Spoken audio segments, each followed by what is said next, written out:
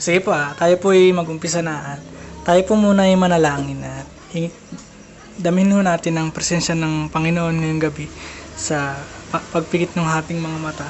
At tayo manalangin, Panginoon. Ama naming nasa langit na Diyos na makapangyarihan sa lahat.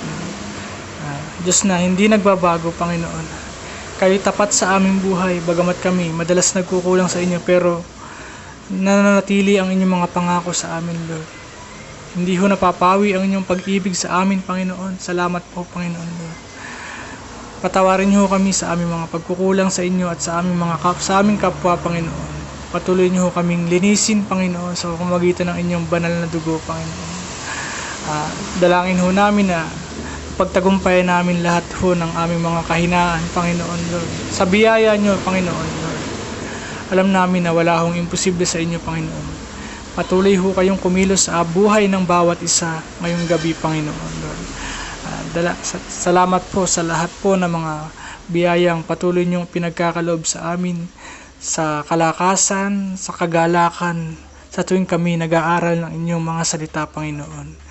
Salamat po dahil nariyan kayo palagi upang pumagitna sa amin sa tuwing kami nagdaraos ng mga ganitong gawain. At ngayon pong gabi, patuloy ho namin hinihiling ang inyong pangunguna sa amin, sa aming puso't isipan, Lord. Ingatan niyo ang bawat isa, Lord, na nawa po ang aming maibahagi sa bawat isa ay mga mensaheng nagmumula lamang sa inyo, Panginoon, at hindi po mga mensaheng sa sarili lang naming kaalaman ng galing, Panginoon. Lord, dalangin ko pa rin po ngayong gabi, Lord, na kayo po ang patuloy na kumilos sa amin at magpalakas sa bawat isa, Panginoon. Sa inyo ko pinagkakatiwala ang buhay ng bawat isa, Panginoon. At ito po ang aming samot dalangin sa tanging pangalan ni Jesus. Amen. At ngayon po, tayo po ay nasa Exodus chapter 15. At ito po ay yung nga po patungkol sa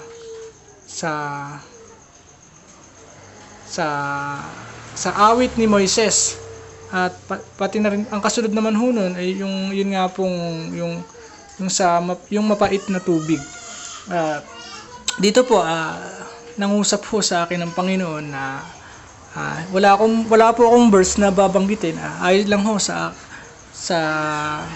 aking napag-aralan sa mensahe ng Panginoon sa atin na napakahalaga po talaga na sa tuwing tayo ay magtatagumpay sa lahat po ng ating ginagawa, sa mga tagumpay ng ating mga gawain, napakahalaga po na dapat lagi nating ibinabalik lahat sa Panginoon. Ang lahat ng papuri, lahat po ng karangalan, kasi lahat naman po ng yon ay hindi ho natin magagawa kung wala po ang pagsama ng ating Panginoong Jesucristo.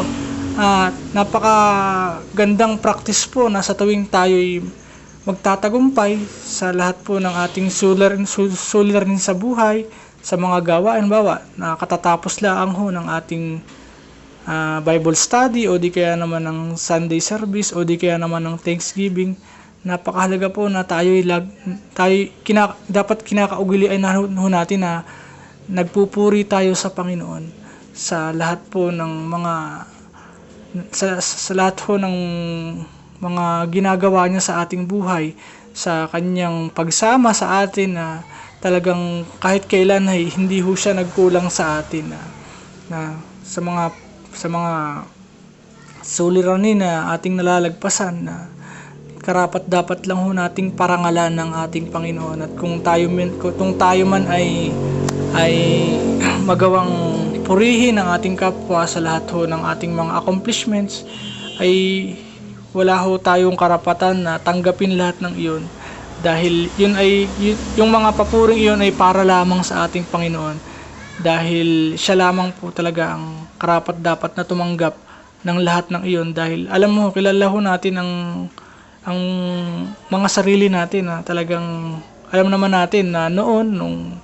mga una pa ay talaga nung wala pa tayong relasyon sa Panginoon ay hindi natin magagawa 'yon, kasi syempre noon ay alipin tayo ng kasalanan At dahil po tayo ngayon ay mga alipin na ng ating Panginoong Jesucristo, ay nagagawa lang ho natin yung mga dakilang bagay dahil po sa pagsama ng ating Panginoong Jesucristo sa ating buhay.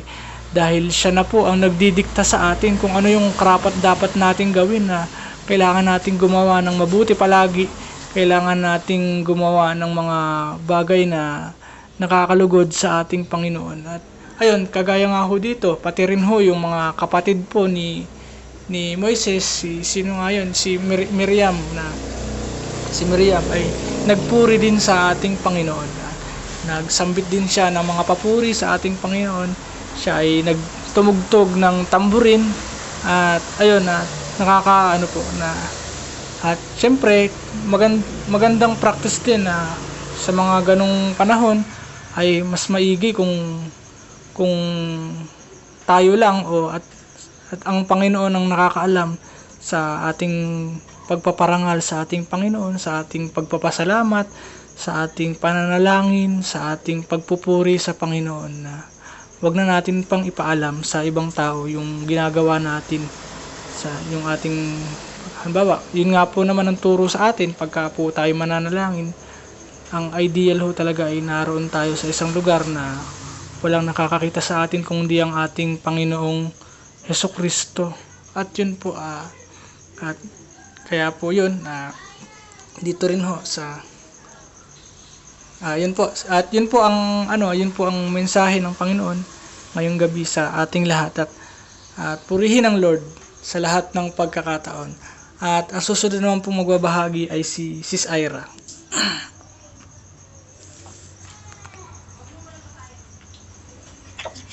Sige po, magandang gabi po sa bawat isa sa atin, lalo't higit po ay sa Panginoon.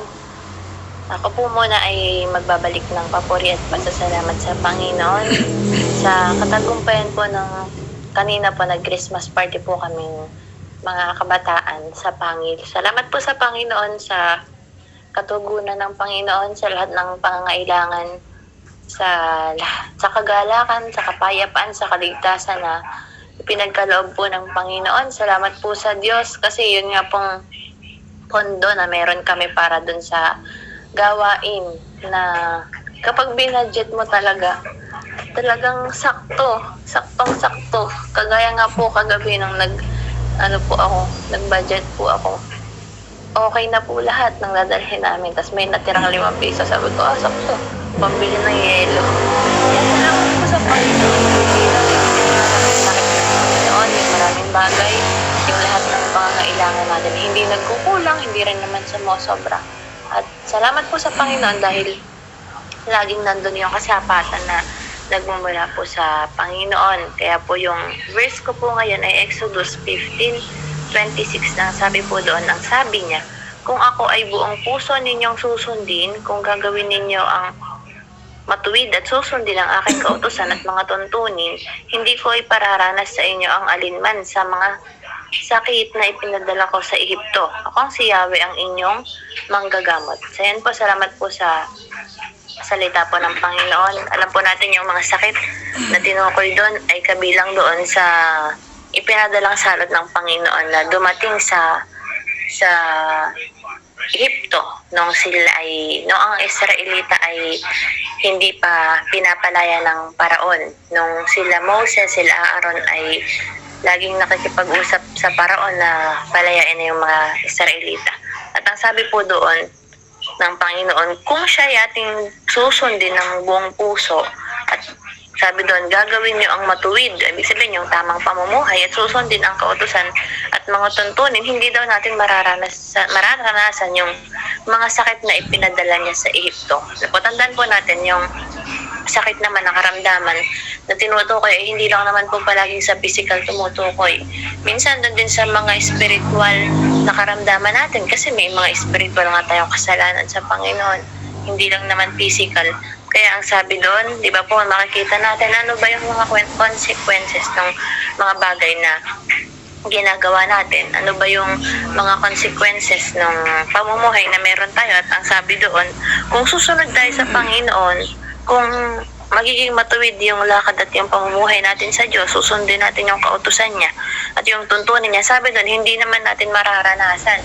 Ibig sabihin po, sabi nga doon sa Lucas chapter 6 verse 45, kung hindi po ako nagkakamali, ang sabi doon, ang pusong tigib ng kabutihan ay naglalabas ng mabuti at ang masama, ang tigib ng kabutihan ng kasamaan ay naglalabas din ng masama.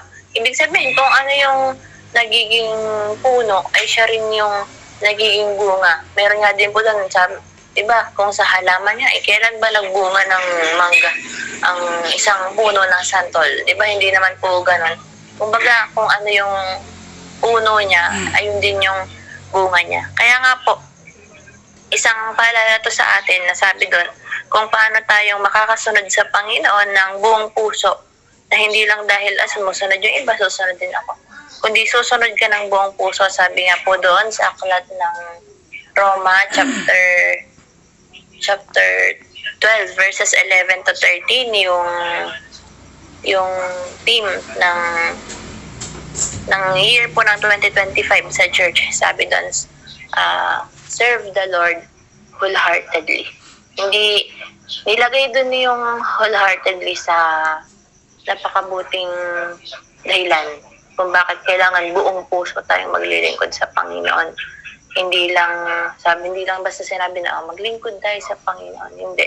Sinabi po doon, buong puso tayong maglilingkod sa Panginoon kasi alam po natin ang pwedeng tanggapin ng bawat isa sa atin base sa kung anong pamumuhay yung meron tayo. Kaya nga sabi doon, ang Panginoon yung manggagamot sa atin.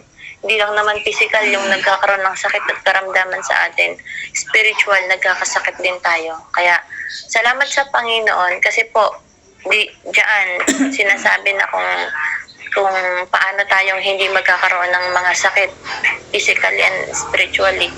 Pero, yung comfort ng Panginoon, bagaman minsan nagiging napupunta tayo dun sa buhay na hindi maayos, na para bang may sakit tayo spiritually, pero laging nandun yung comfort ng Panginoon na siya yung manggagamot sa atin. Ibig sabihin, siya yung aayos, tutulong sa buhay na meron tayo. Kung dati para tayong may sakit, na nakikita ka naman ng tao na parang healthy ka, pero yung spiritual life mo ay may sakit na. Di ba nga, merong mga pilay, merong mga bulag, merong mga bingi. At tayo, at alam tayo ng Panginoon kung ano yung kalalagayan natin, pero sabi ng Panginoon, siya ay ating manggagamot. At alam natin, pag ginagamot, di ba may binabago ang Panginoon na dati may sakit ka.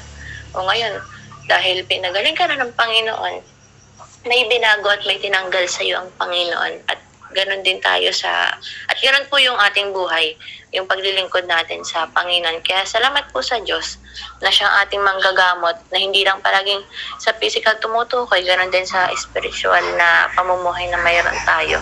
Salamat po sa Panginoon sa pagtuturo niya ng mga lakad na dapat nating sundan, dapat nating lakaran. Kaya sa Diyos po yung pinakamataas na papuri at salamat. Amen. Purihin ng Diyos sa buhay ng ating kapatid. At yun nga po, totoo po yun na hindi po nalilimitahan sa physical yung sakit na natatanggap ng isang tao. At isa pong napagtanto ko po na meron po akong napagtanto na isang sakit na ang dulot ay ang nagdudulot ay yung patuloy na pamumuhay sa kasalanan. At naisip ko po, siguro ganun yun na yung sakit na yung depression, yung ganun na. Kaya po ang isang tao ay nahahantong sa depression kasi wala siyang relasyon sa Panginoon. At alam naman ho natin, kung tayo may malalim na relasyon sa Panginoon ay hindi tayo manlulupaypay kahit na anong danasin nating pagsubok sa buhay. Kung patuloy tayong lumalakad sa katotohanan, lumalakad tayo sa kung ano man po yung itinuturo sa atin ng ating Panginoon sa pamamagitan ho ng ating pag-aaral ng salita ng Diyos. At yun po, para po maging clear, isang halimbawa, di ba po, yung meron pong mga tao na halimbawa, yung isang tao na gipit sa pera o ganun, gipit sa pera, at sa una na-stress siya na ganun kasi wala siyang panggastos, at hanggang sa ayun mangungutang ng mangungutang, tapos hindi mababayaran hanggang sa magpatong-patong na ng magpatong-patong, at ayun hanggang sa makapag-isip na ng kung ano-ano na ganun na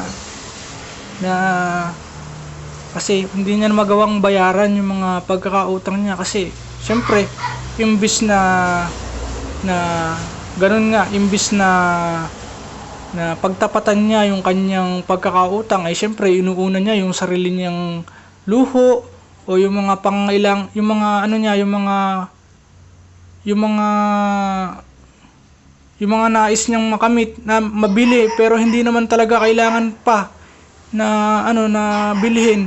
Pero ayun, inuuna niya yun. Syempre mayroon nga pong mga tao na ayun, may mga utang sa kamag-anak, sa mga kakilala, pero nagagawa pang mag-travel, magliwaliw, na imbis na unahing bayaran yung mga pinagkakautangan nila, ay nagagawa pa nilang magliwaliw sa at ganun po. Yun po, bunga po talaga yung depression. Bunga ng yun po, ng pamumuhay sa kasalanan. At yung iba na kagaya ng iba na although siguro hindi naman kaugnay, pero kagaya po nung naalala ko po yung ipinatotoo nung pastor na nagbahagi ng mensahe noong Joint Youth Fellowship sa Pandan, na dahil nga po yung kanya pong kapatid ay ganun nga, na sobrang mapagmataas, na walang pinakikinggan na iba, dahil ganun nga, kasi self-righteous na ganun. At dahil nga po doon yun ho ay naging parang coordinator ng fans club ng yata yun, ng isang K-pop na ganun, na man po yun. At ayun, yun din idolatry din ho yun, yung ganun, na hindi ho maganda yung ganun, na masyado nating pinapapurihan yung ibang tao sa kanilang mga ginagawa sa lalo na sa musika na gano'n na. At ayun, ginamit ho yung pangalan niya sa mga transactions ng mga anong tawag doon? Transactions ng mga yung tawag doon, merchandise nung K-pop K-pop group na yon. At ayun, at maraming nagbanta sa kanya, sa buhay niya, na papatayin siya, na gano'n, na hanggang sa yun nga, na-depress, at bandang huli lumapit siya dun sa kapatid niyang pastor na kuya, anong gagawin ko? Ay, hindi pala, anong gagawin ko, hindi ko na alam, at tulungan mo ko, na gano'n. At ayun, hanggang sa humantong na nagawa rin niyang, naisipan din niyang maglingkod sa Panginoon. At ayun, sa biyaya ng Diyos ay patuloy na binabago ang buhay ng bawat isa. At syempre sa akin, patotoo ko rin po, ako po ay galing din sa depression, at dahil po sa biyaya ng Panginoon, dahil po siya po ang talagang nagbigay sa akin ng kaliwanagan sa lahat ng bagay, na ganun nga po. Kasi ayun nga po, alam niyo naman ho siguro, na na-share ko na noon, na talagang ako ay addict noon sa online games, sa mobile games na gano'n. At dahil po sa Panginoon ay naisuko ko yun, at ngayon mas nagiging productive ako, at mas nagiging kagamit-gamit ng Panginoon, na nung dati talagang yung trabaho ko, yung sa palayan, ay napapabayaan ko na dahil sa sobrang paglalaro. At kasi kumbaga parang yun po yung kasinungalingan na sinasabi sa atin ng kaaway, na sige, maglaro ka na lang ng maglaro, na para makatakas ka sa mga problema, na gano'n. Kasi pag naglalaro, masaya, gano'n, na parang nakakapunta ka sa ibang dimension, na parang gano'n nga, na masaya. Pero pagkatapos, ayun na naman, papasok na naman sa isip mo yung mga negatibong bagay, yung mga yung mga yung mga nagawa mong kasalanan nung nakaraan, bagamat napakatagal na, pero yun puro ano na lang, puro mga negatibong kaisipan na lamang yung pumapasok sa isip. At ayun, nakalimutan ko po yung verse na, hindi, verse po ba yun o kasabihan na may ano yung a man who lives in the past, yung namumuhay sa sa yung namumuhay po sa nakaraan ay nade-depress. Yung namang namumuhay sa yung sa pag-aalala sa kinabukasan ay yun po naman yung kadalasan na mga nai-stress na ganun. Tapos kung sino naman yung namumuhay sa kasalukuyan ay magkakaroon ng biyaya mula sa Panginoon na. At ayun po, isa pong paalala na dapat lagi nating pagpukusan kung ano man po lang yung mangyayari sa buong maghapon, at yun lang po ang ating pagpukusan na solusyonan na gano'n. Kasi sabi nga ho dun sa verse na na bahala na ang hayaan na nating ang kinabukasan ang mag-alala sa sarili niya. At ayun po, purihin po ang Panginoon. Talagang yun.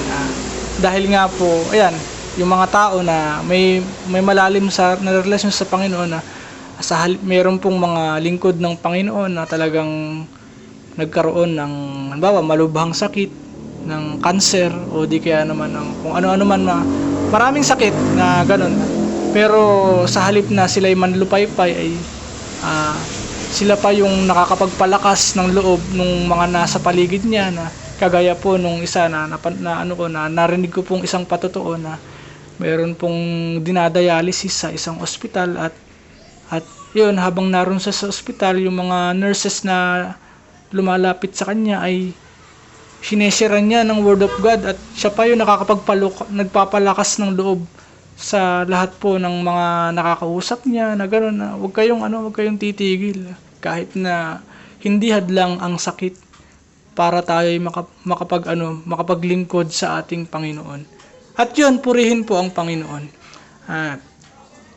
At salamat po. At susunod naman pong magbabahagi ay si Sis Biena.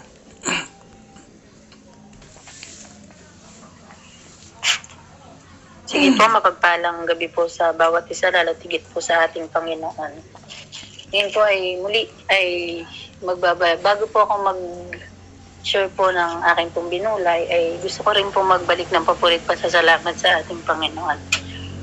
Nagbabalik po ako ng papurit pasasalamat sa ating Panginoon sa araw-araw po na buhay na patuloy niyang pinagkakalo po sa akin, maging sa atin pong lahat.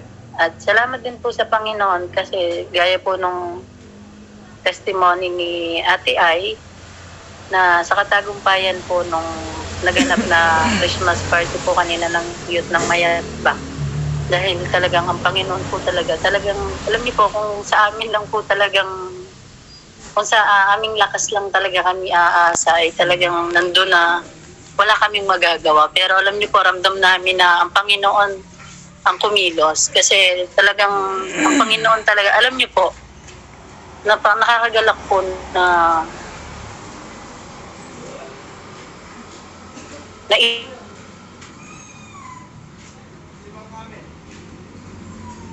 isipin na sa mga bata talaga nandun na ang Panginoon.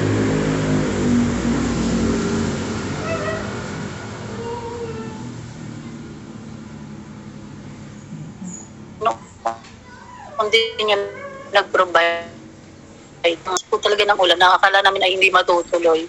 Pero nung nakapunta po kami doon sa pinakang place nung pagdadausan po nung Christmas party, salamat po sa Panginoon. Kasi bago kami naligo ay tila na yung ulan. Tapos sakalang po umulan nun, tapos na kaming maligo. At alam nyo, salamat sa Panginoon kasi sa mga ganong bagay ay kahit sa maliliit na bagay, ang sarap pong ipagpasalamat sa Panginoon. At nagpapasalamat din po ako sa Panginoon kasi yung isang tricycle po kami, 11 po kami. Kaya napilitan po yung iba na magmotor kahit ang ulan. Pero purihin pa rin po ang Panginoon kasi nandun na ibinigay sa amin ng Panginoon yung pag-iingat niya sa pagdadrive. Kahit naulan po, talagang nandun na binigay sa amin ng Panginoon yung katagumpayan, yung kagalakan, na kahit dumating kami sa point talaga na kailangan magmotor kasi hindi po kami kasya dun sa tricycle na inarkila. At salamat po sa Panginoon kasi nandun yung pag-iingat niya at nandun nakauwi po kami sa bawat tahanan po ng bawat isa na dala-dala yung tagumpay na nagmumula po sa ating Panginoon. At ngayon po ay dako po ako sa naibahagi po ang salita po ng Panginoon. Ngayon po ay nasa Exodus chapter 15 na tayo. At ang napili ko po ay sa verse 26. Parehas na naman po kami ni Ate Ay. Pero hindi po talaga namin alam na parehas kami. At ito po yung akin. Ang sabi po dito, ang sabi niya, kung ako ay buong puso ninyong susundin, kung gagawin ninyo ang matuwid at susundin ang aking kautusan at mga tuntunin, hindi ko ipararanas sa inyo ang alinmang mga sakit na ipinadama ko sa Ehipto. Akong si Yahweh ang inyong manggagamot. At purihin po ang pagkabasa po ng salita po ng ating Panginoon. At dito po, bago po ako mag-focus dun sa napili kong verse, sa verse 26, alamin po muna natin po ano yung nangyari. Bakit ito sinabi po ng ating Panginoon sa mga Israelita. Kasi kung binasa po natin yung buong chapter 15, dito po sa bandang unahan, ay dito po naganap yung unang reklamo ng mga Israelita. Di ba po kahapon po ay pinagbulay-bulayan po natin o pinag-aralan natin na dito sa mga previous pong pag-aaral natin ay dito ay pinalaya sila ng Panginoon sa Ehipto, ang mga Israelita. Dahil doon, dito po sa verse na to at kahapon, di ba po nandun na naglalakbay na sila. At di ba kahapon din po na pag-aralan natin, balikan ko lang po yung kahapon para po mas maunawaan natin kung bakit ito sinabi dito sa verse 26. Kasi di ba po kahapon, kung maunawaan natin at kung hindi po natin nakakalimutan, kahapon po, ayun ay pinalaya na ng Panginoon ang mga Israelita sa Ehipto. At dahil doon, di ba po, hinabol sila ng Paraon. Nagbago ang isip ng Paraon at iniisip. At dahil doon ay natakot yung mga Israelita. Di ba, sinabi doon ng mga Israelita, kung matatandaan po natin kahapon, ay sinabi ng Israelita na okay lang silang maging alipin. Bakit sila inalis doon sa lugar ng Ehipto kung doon lang sila mamamatay sa ilang? At dahil doon ay sinabi sa kanila ng Panginoon na ipagtatanggol sila ng Panginoon, pumanatag at magtiwala lamang sila. At dito naman po sa Exodus chapter 15, dito natin makikita yung nagreklamo na yung mga Israelita doon dahil wala silang mainom. Ito yung unang beses. At marami pa po sa mga sumusunod na mga chapter, doon marami tayong nagrereklamo ang mga Israelita. Pero dito sa chapter 15, ito yung unang beses na nagreklamo sila kay Moises po ng mga Israelita dahil wala silang mainom. At dahil doon sa tubig na meron sila ay mapait. At dahil dito po, yun po ay isang pagsubok ng Panginoon sa kanila. Kasi di ba po kahapon din, ay sinabi din po may nagsabi din po o napagbulay-bulayan at napag-aralan din po natin kahapon na wait lang po.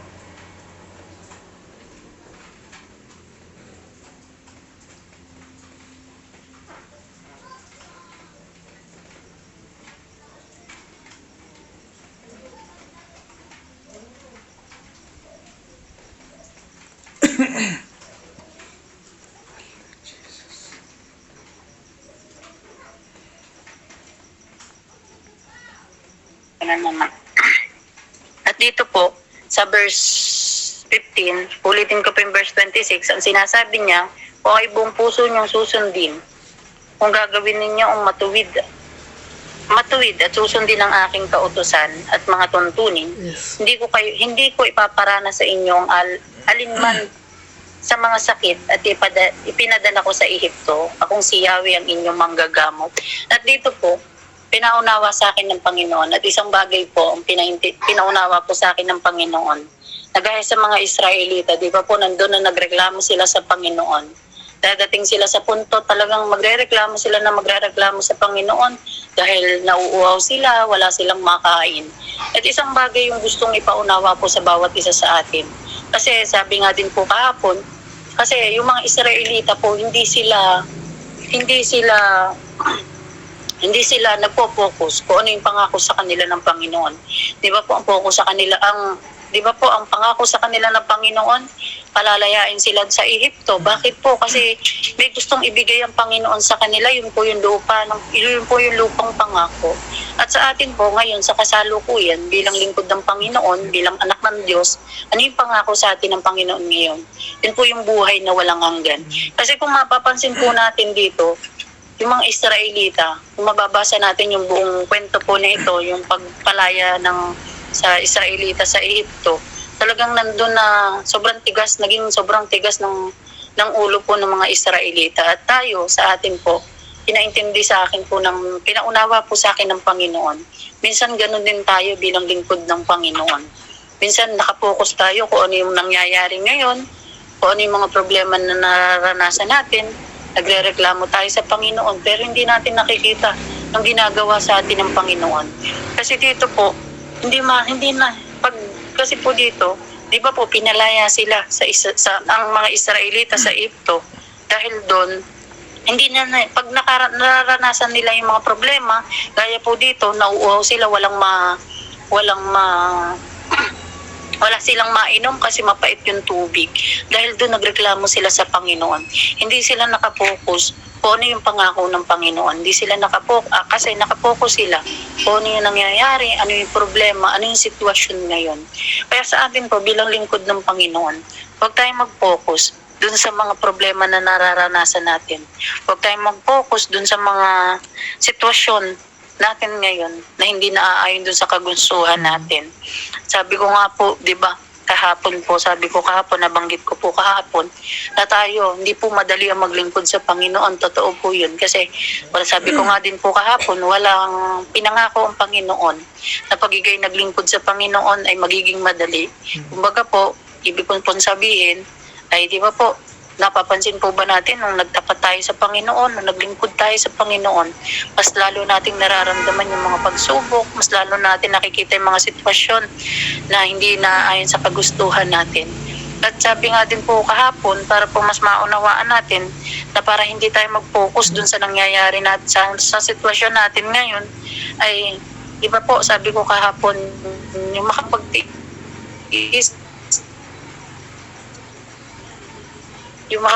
hanggang wakas, yun yung maliligtas. Ibig sabihin po, meron talaga tayo na mararanasan.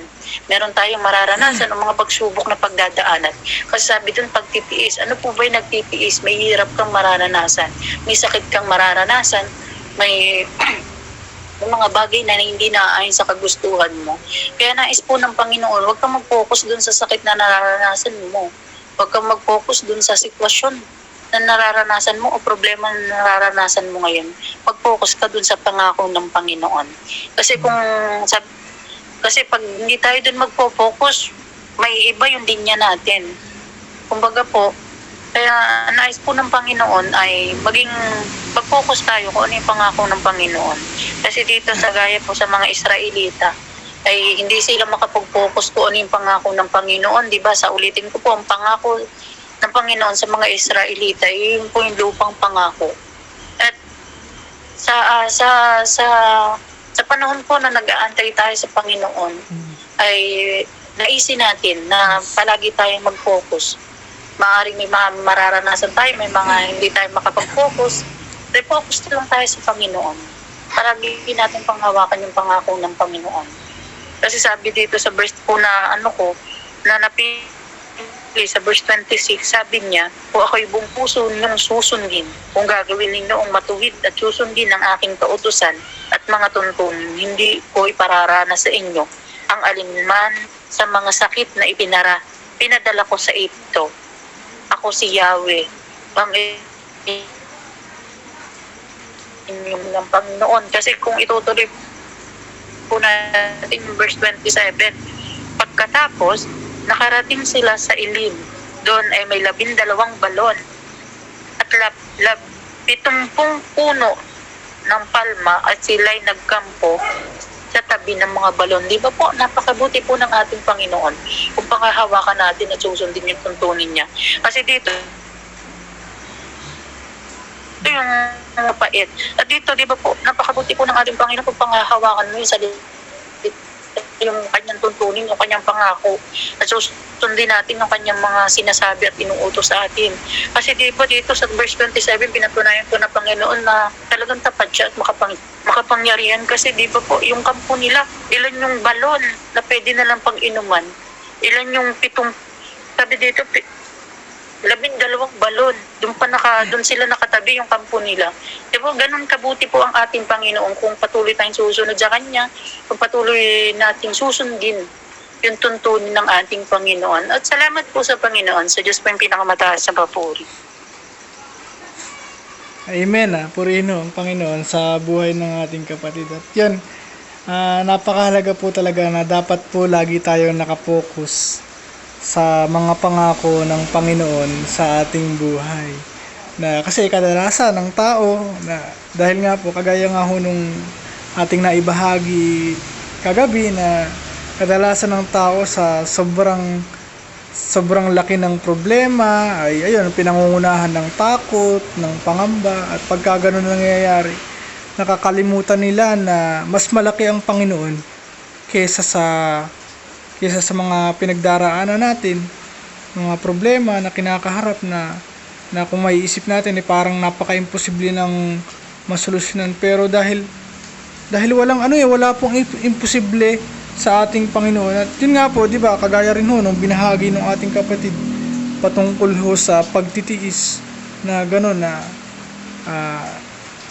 yun nga po, isa rin hong mensahe ng Panginoon sa atin na ano naman kung buong buhay natin ay tayo nagtitiis na sa buong buhay na ginawa ng Diyos sa ating buhay na halimbawa mabuhay tayo ng 70 years at puro na lamang pagtitiis ang ating dinaranas na wala tayong ginawa kundi ayun na lang magtiis at magpagal sa ating pananampalataya at humingi na umasa sa ating Panginoon.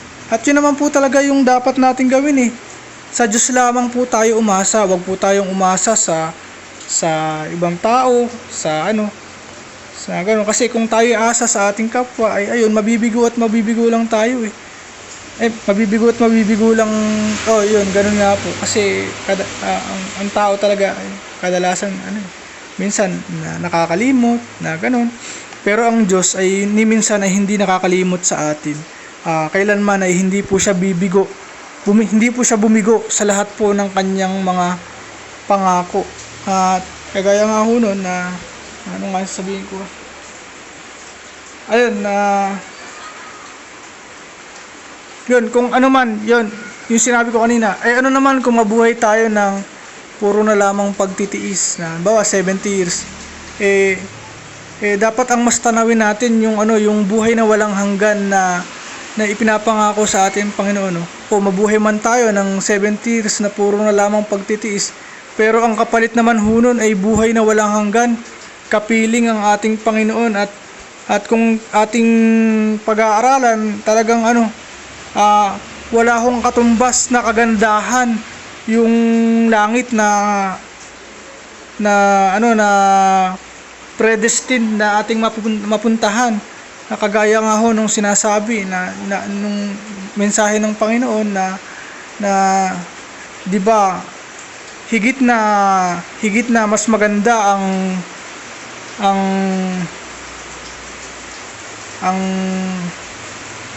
higit na mas maganda ang lumikha kaysa sa nilikha. O di ba?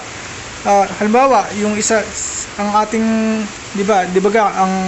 ang Panginoong Hesukristo, siya ay anak ng ating Diyos Amang nasa langit. At ang lahat po ng naririto sa naririto sa sanlibutan, lahat po, yung kalawakan, yung mga kabundukan, yung buong mundo, ay ginawa para ho sa ating Panginoong Hesukristo. At ayun, di ba, kung tatanungin nga ho natin, di ba, ay kung halimbawa si Sis Bena, tatanungin yung yung, di ba, halimbawa yung nanay po ni Sis Bena nagpatayo po ng isang magandang bahay para po sa kanyang anak.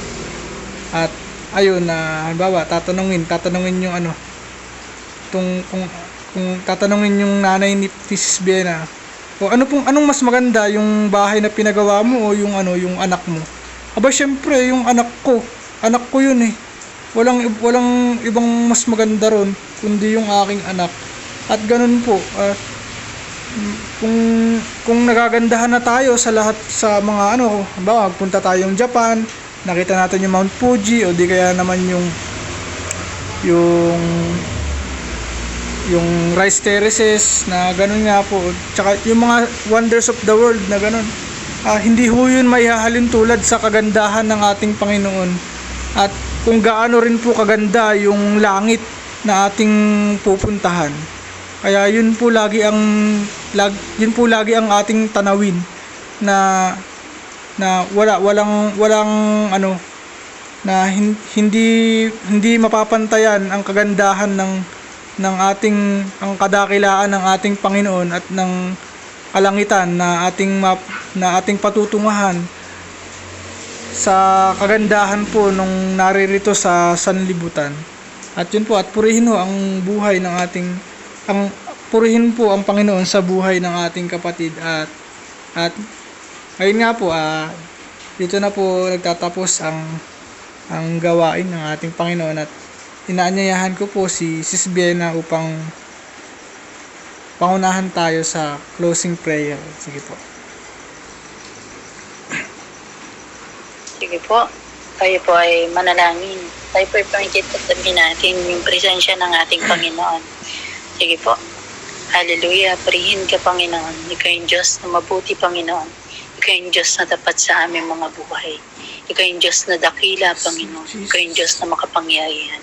Hallelujah. Aming Diyos na makapangyarihan sa lahat. Maraming salamat, Panginoon, sa gabing ito na patuloy mong pinagkakalob sa bawat isa. Salamat, Panginoon, sa iyong mga salita, Panginoon, na patuloy na nagpapalakas ng aming pananampalataya, Panginoon. Yes, Lord Jesus.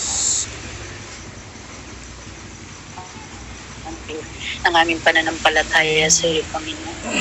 Panginoon, hiling at dalangin namin, Panginoon, na patuloy mo kaming tulungan, Panginoon, at paunawa sa amin, Panginoon, kung ano yung kalooban mo, Panginoon, sa bawat isa sa amin. Panginoon, dinadalangin ko rin, Panginoon, ang buhay po ng bawat isa, Panginoon. Tulungan mo kami, Panginoon, palagi kami bigyan ng lakas ng loob, Panginoon, upang makapagpangaral, upang maipagbahagi, Panginoon, ang iyong salita, Panginoon.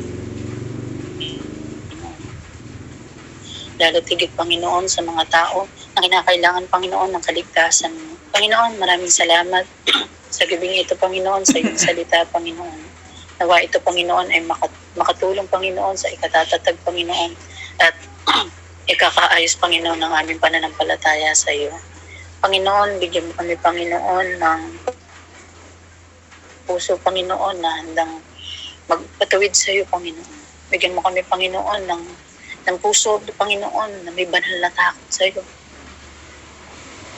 Panginoon, maraming salamat, Panginoon, sa buhay namin, Panginoon, na patuloy mo pinagkakalog, Panginoon.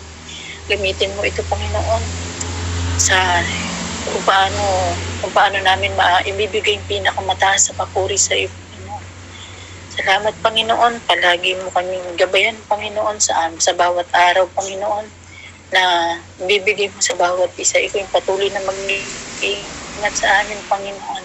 Sa amin, sa bawat pupuntahan namin, Panginoon, sa pagdadrive namin, Panginoon, maging sa aming pagtulog ngayong gabi, Panginoon, ikaw magbigay ng kapayapaan, Panginoon.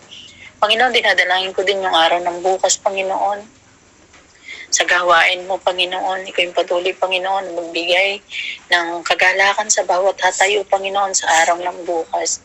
Ikaw yung patuloy na maghari sa kanilang puso, Panginoon, maging sa amin, Panginoon, na makikinig lang ang Panginoon ng inyong mga mensahe.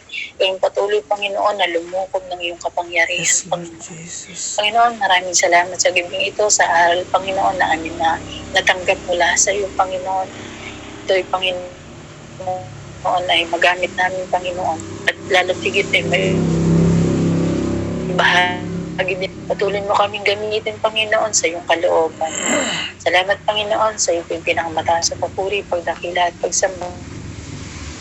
Sa pangalan ni Jesus. Amen. Salamat po. God bless po sa bawat isa. Good night po. God bless po. Good night po. Good night po.